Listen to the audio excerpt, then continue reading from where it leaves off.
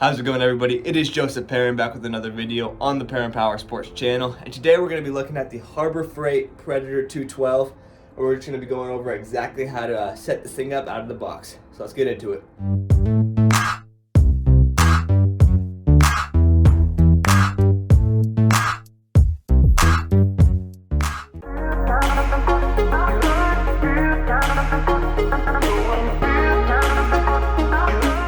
Okay, so now that we've got the Predator 212 box on the workbench, first thing we're going to do is unbox it, take the Predator out of the box here, and get it sitting on the table so we can start putting this thing together.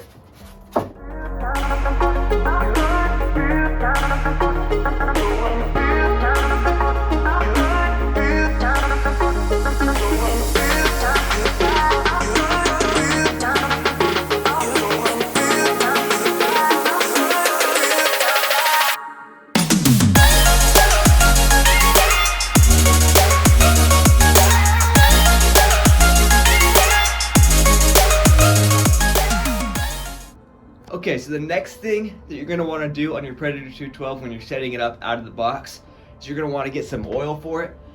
This 10W30 motorcycle oil is great for these Predator 212s. That's what I'm going to be running in it. You can get this stuff down at O'Reilly's for about $10 a quart, and it's going to be overall your best oil to be running in these small Predator 212s. Okay, so when you're doing an oil change on these Predator 212s, it's going to be a really good idea to have a little funnel. Makes it a lot easier to get the oil into the engine. Next thing you're going to want to do is remove your dipstick here. As you can see, there's some little markings on there. Normally you want the oil to be about 3/4 of the way up the dipstick. That's a good full amount of oil. So what we're going to do now is we're going to take our funnel here and our oil, and we're going to start putting some oil into this Predator 212.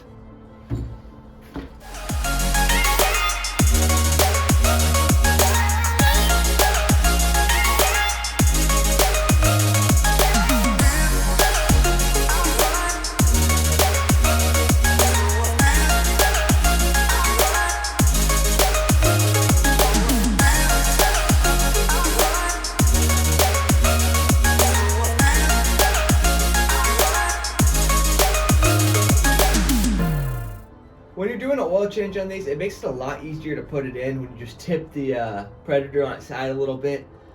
When you go to check your dipstick though, you're going to have to put it back to level so you can see exactly where it's at. And it's a good idea after you put a little bit of oil in it just to regularly check it. So we're going to set it back down like this and stick our dipstick in, pull it out. And as you can see there, we are perfectly full of oil. So it takes about 3/4 of a quart to fill up this Predator 212. Alright, so the next thing you're going to want to do is put some gas in it. I recommend using a non-ethanol gas with a treatment in it, but most gases will work. A 93, 89 will work fine. You do not want to run an E85 in it, as it says on that label right there, because that's just too low quality for these Predator 212s, but anything above that will work, but definitely would recommend that non-ethanol gas. Okay, so now that you have your oil and your gas in the engine, you're going to want to switch your switch here to the on position, and then switch the carburetor to the run position, and then the fuel to the on position. And then you are ready to pull start this engine.